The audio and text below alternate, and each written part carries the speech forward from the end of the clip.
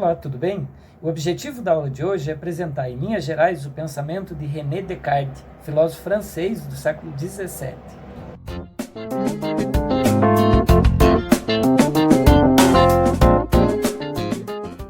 René Descartes é um autor que se insere numa linha de pensamento chamada de epistemologia. Isso porque o principal objetivo do autor era entender que tipo de conhecimento é possível. Isso, claro, porque o pano de fundo do pensamento desse autor, como de uma série de outros também nesse período, é pensar sobre a questão da verdade. A verdade é um problema na filosofia há muito, né?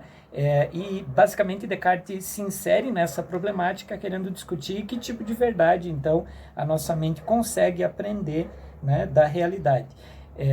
Para isso, Descartes começa com uma discussão, partindo aqui de uma obra chamada Discurso sobre o Método, tratando sobre que tipo de conhecimento é possível. E daí, o primeiro conhecimento que ele vai questionar e refutar, inclusive, é o conhecimento empírico.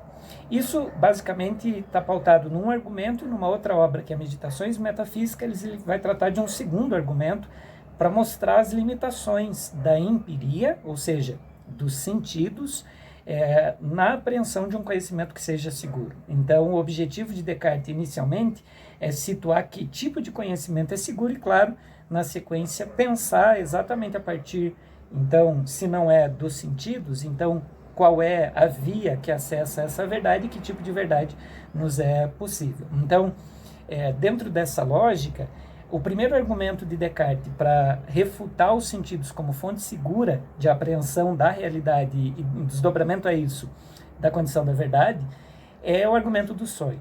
A regra de pensamento de Descartes se pauta na lógica. Vale lembrar que Renatus Cartesius, o modo como ele era chamado em latim, então Descartes é o mesmo do plano cartesiano, né, da geometria. Então a gente está falando de um filósofo que tem uma formação profunda também na matemática. E não é de se surpreender, então, que a gente tem uma argumentação bastante lógica de Descartes, tentando refutar, nesse primeiro argumento que eu me referi, os sentidos. Essa argumentação, ela é mais ou menos a seguinte: os nossos sentidos nos enganam. Essa é a hipótese. A questão é, como que a gente sabe que os nossos sentidos nos enganam? A sacada do autor é trazer o argumento do sonho, dizendo o seguinte: todo mundo aqui já deve ter passado pela experiência, né, de sonhar e não conseguir distinguir entre sonho e realidade. Tamanha a realidade do sonho, né? E aí a gente acorda angustiado e a gente não sabe ainda se já acordou, se faz parte do sonho ou assim por diante. Esse argumento, essa sensação, né, é o que fundamenta esse argumento de Descartes, porque ele vai dizer o seguinte: se a nossa mente nos engana, né, os nossos sentidos todos são enganados pela nossa mente num sonho, que garantia que a gente tem que a gente não está sonhando agora, por exemplo, ou que da mesma forma que a mente nossa nos enganou durante o nosso sono, né, e nos nossos sonhos, que a nossa mente também não está nos enganando agora. É um processo lógico, uma coisa não pode ser e não ser ao mesmo tempo. Ou a nossa mente é confiável ou ela não é. Nesse caso, quando a gente pensa nos enganos que ela nos gera, né, por exemplo, durante o sono, então a gente não pode confiar, por exemplo, nesse sentido, né, ou nas sensações acerca da realidade, porque elas podem ser uma produção da nossa mente. Então, esse é o primeiro argumento.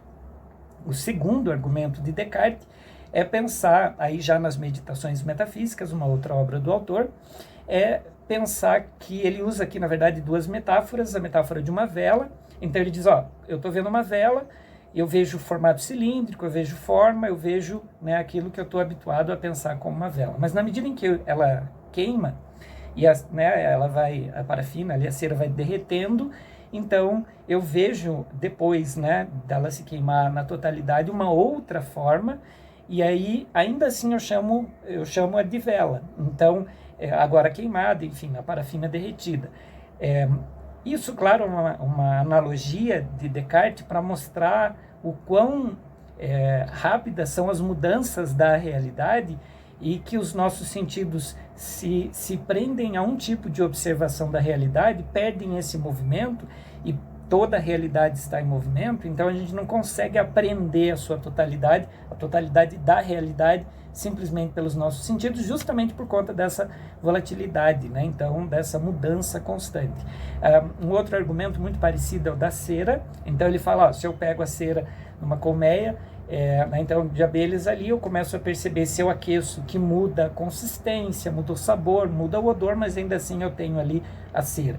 Então, é claro, né, na mesma dinâmica de mostrar que as coisas mudam, né, há uma mudança constante no plano da matéria, e essa mudança ela não pode ser aprendida na sua totalidade pelos sentidos, exatamente porque ela está mudando, né? Então não há como eu dizer que há uma verdade na mutação, porque essa mutação faz com que as coisas não possam ser afirmadas de fato. Para isso, inclusive, Descartes divide a realidade em duas instâncias. De um lado, ele vai dizer que existe a chamada res extensa, são expressões em latim. Res extensa quer dizer uma coisa que tem extensão, né? Então, ou seja, aquilo que está no plano material. Da res extensa, basicamente, quem se prende à análise disso e analisa inclusive esses processos de mudança, enfim, é a ciência. Então, claro que a gente tem aí, por exemplo, toda a teoria de Francis Bacon do método científico.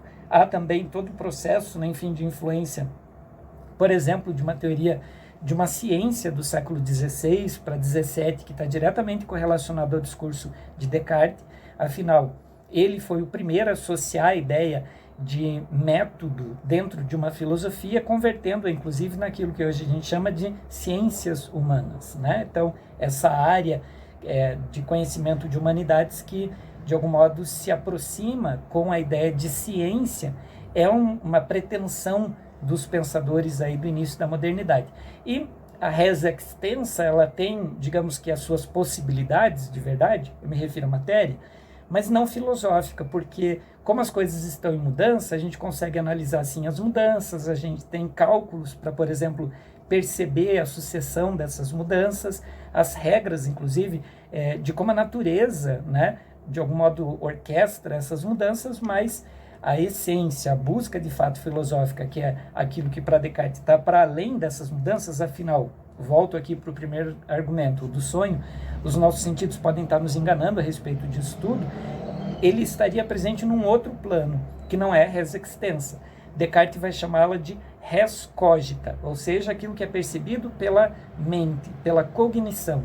Então, aqui Descartes, claro, que sai de uma ideia de empirismo e vai se atrelar diretamente a um racionalismo, a ideia de que está na razão, né, a possibilidade de compreensão da verdade, uma verdade que não está suscetível à enganação dos nossos sentidos e muito menos à mudança, né, característica da natureza.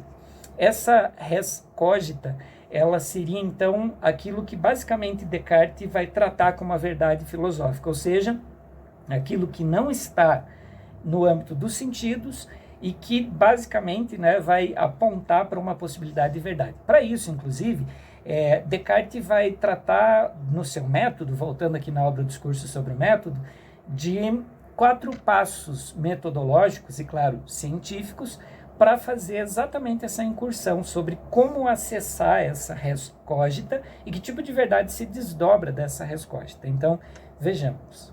As 4 etapas da dúvida metódica são as seguintes. Então, a primeira etapa, ele diz que jamais posso acolher alguma coisa como verdadeira que eu não conheça evidentemente como tal. Não posso incluir nada em meus juízos de que, basicamente, eu não tenho certeza. Então, o que Descartes está mostrando? Que não dá para admitir filosoficamente uma verdade, sob a dúvida metódica, que seja dubitável, que seja passível de dúvida ou que não haja como ter, de fato, certeza a respeito. Claro que aí, né, os sentidos já são descartados, porque há uma noção aqui, né, de uma retomada daqueles 2 argumentos anteriormente apresentados, que de algum modo refutam, né, então a possibilidade empírica da possibilidade da verdade filosófica. Segunda etapa, devo dividir cada uma das dificuldades que eu examinar em tantas parcelas quanto forem possíveis e necessárias para melhor resolvê-las. Aqui, claro que a gente tem preponderantemente uma influência do método científico moderno, em que Descartes está pensando na fragmentação de um problema, de uma condição, para nessa fragmentação conseguir analisar com mais detalhes cada uma das partes. É basicamente um método que orienta a ciência, inclusive moderna, né, e contemporânea, essa ideia da fragmentação.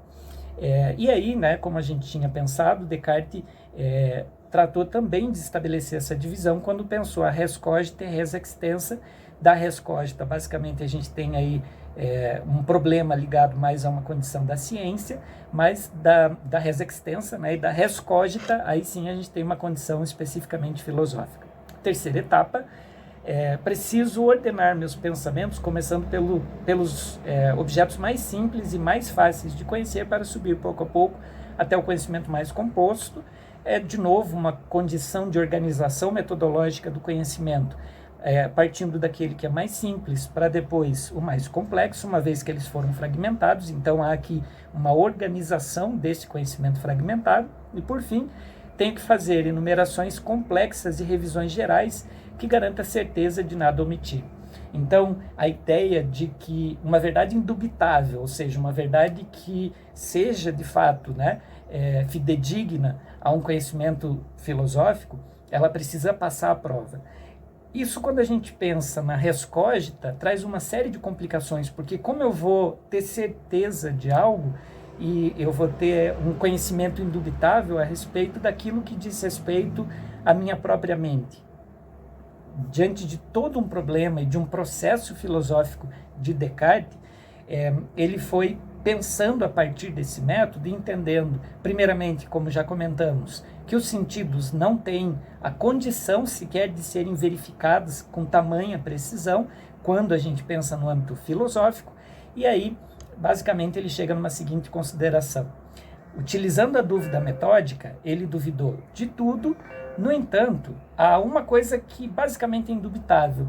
Essa coisa indubitável de Descartes tem a ver com o fato de ter um sujeito que duvida, o fato de ter alguém que sustenta todas essas dúvidas. Então, a grande sacada de Descartes para sair desse método, né, com um conhecimento seguro, foi pensar que não há nada que possa efetivamente ser provado com tamanha clareza. No entanto, há sim uma coisa que restou depois de todas essas dúvidas. Um eu que duvida, um sujeito racional que estabelece todas essas dúvidas, questionando todas as coisas. Então, qual é a certeza de Descartes, uma vez que ele submeteu toda a sua filosofia a esse método?